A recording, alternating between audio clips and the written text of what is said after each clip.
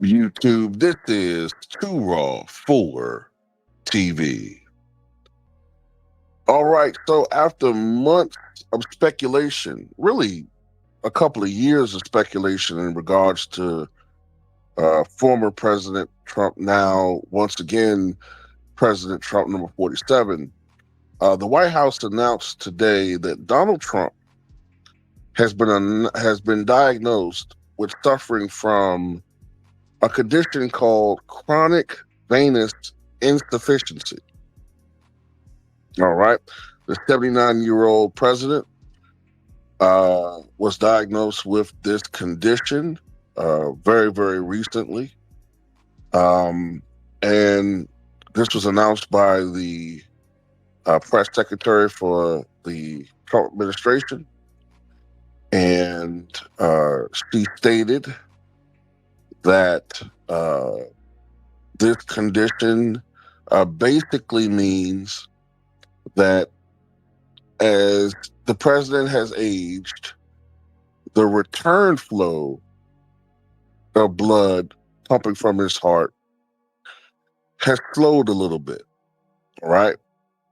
And this slowing of the return from the lower extremities to back to his heart, this slowing has manifested itself into swelling, which we have seen a lot of more as far as Trump is concerned in his legs. We saw more of this swelling recently. Um, also there's some discoloration in his skin. You may have noticed that uh, in recent years, maybe the past 2 years or so, Trump has had some swelling in his hands and also some discoloration, some purpling, some blackish marks or, discolorations, which he has taken more recently to cover up with makeup. And so these things uh, are more or less caused by the condition chronic venous insufficiency.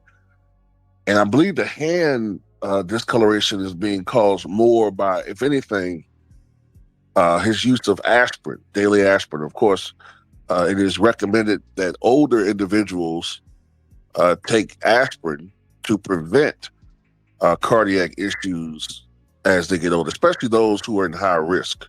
Now, look, it's no secret that Donald Trump is known for having a diet that is less than optimum. He is a man that is still considered somewhat overweight. He has lost a little bit of weight from his first term when he was around, at least they say he was around 240, but I think he was more around 260, 250. But he's clearly thinner than he was in his first term, but he's still a man that's a little bit overweight. He still noticeably, from what I've read, has a diet that is primarily made up of fast food and junk food. It's very, very surprising, to be honest with you, that he has not developed full blown heart disease. And I say surprising because this man literally lives off a diet of cheeseburgers, fries, uh, Coca Cola, uh, fried chicken. He, you know what I'm saying? This man's diet would be tailor made if he just lived off of, what I'm saying, DoorDash all day. But I think he's helped out by a combination of top notch medical care and his genetics. His parents, I think both his parents lived well into their 90s. I think his mother was in her late 90s when she passed away. His father in his early 90s. Like I said, great medical care. And let's just be honest. Doesn't it seem like most of the wealthy, most evil people in the world, the Mr. Burns like characters, live forever, but then the good die young? But anyway, I'm going to say this, though. I'm not a fan of the Trump administration. I'm not. But I will give them credit on one thing. This is an area where they're showing transparency. This is an area where they're showing transparency where the prior administration often did not. Okay. Now, Democrats have been more or less, speculating about Trump's health for quite some time.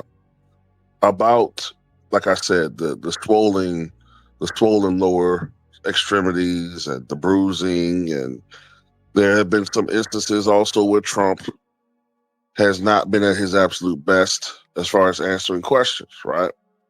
But the reason why I can't take Democrats seriously when now all of a sudden they want transparency when it comes to the president's health is these same motherfuckers are making all these excuses when Joe Biden was president. Matter of fact, these same media members were conspiring to cover up the extent of Joe Biden's illnesses and his illnesses.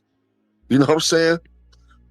Joe Biden has stage 4, if I'm not mistaken, stage 4 prostate cancer, right?